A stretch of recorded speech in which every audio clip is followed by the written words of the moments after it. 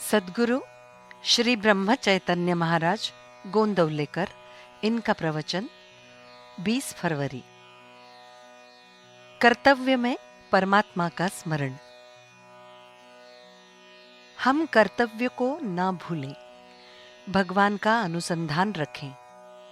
व्यवहार में भी कर्तव्य करते रहना चाहिए, शेष भगवान पर छोड़ दें। यदि कर्तव्य करते हुए हमें भगवान का स्मरण हुआ तो समझो कि सिद्धि की प्रतीति होने लगी। इसी में सिद्धि का बीज है। हमें तो इस ढंग से गृहस्थी करनी चाहिए जिससे प्रभु राम का विस्मरण न हो। हमें शरीर को कर्तव्य के लिए हमेशा सचेत करना चाहिए। कर्तव्य पूर्ति से समाधान मिलता है। कर्तव्य का कभी विस्मरण नहीं होना चाहिए। हृदय में भगवान रघुवीर की भावना जागृत रखनी चाहिए। जो इस प्रकार व्यवहार करेगा उसका चक्रपाणी अर्थात भगवान से नाता स्थापित होगा। हमें हमेशा उद्योगरत रहना चाहिए। कर्तव्य को कभी भूलना नहीं चाहिए, किंतु प्रभु राम का स्मरण रखना हमारा कर्तव्य है। प्रभु राम पर नितांत विश्वास रखना चाहिए। भगवत स्मरण रखें और देह को भूल जाएं, यही भक्ति का प्रमुख लक्षण है। हम ही सब करता धरता हैं, ऐसा कभी नहीं मानना चाहिए। शास्त्री, पंडित, महापंडित होकर भी जो प्रभु के चरणों का रात दिन स्मरण नहीं करता, उसका मानो जीना ही व्यर्थ है।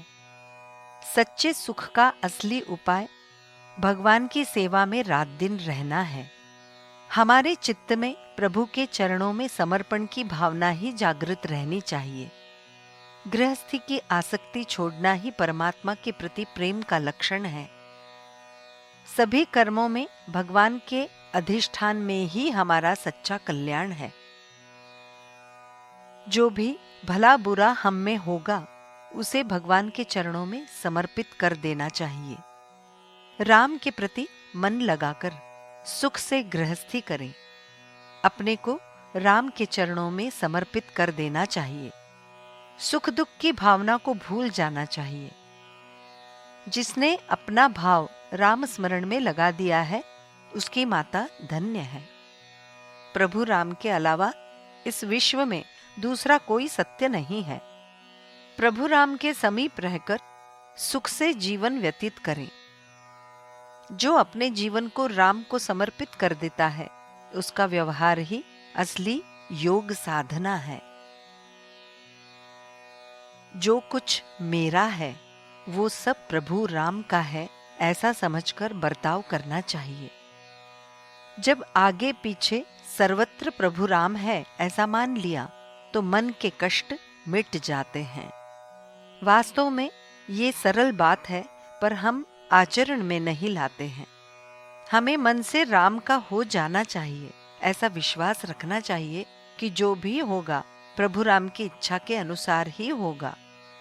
अपना चित्त भगवान राम में तन्मय कर दूसरे किसी का स्मरण भी नहीं होना चाहिए। दुनिया में उसकी ही प्रतिष्ठा होती है जो ईश्वर का दास हो जाता है। मालिक के सिवाय और किसी का स्मरण न करना ही दासता का सच्चा लक्षण है।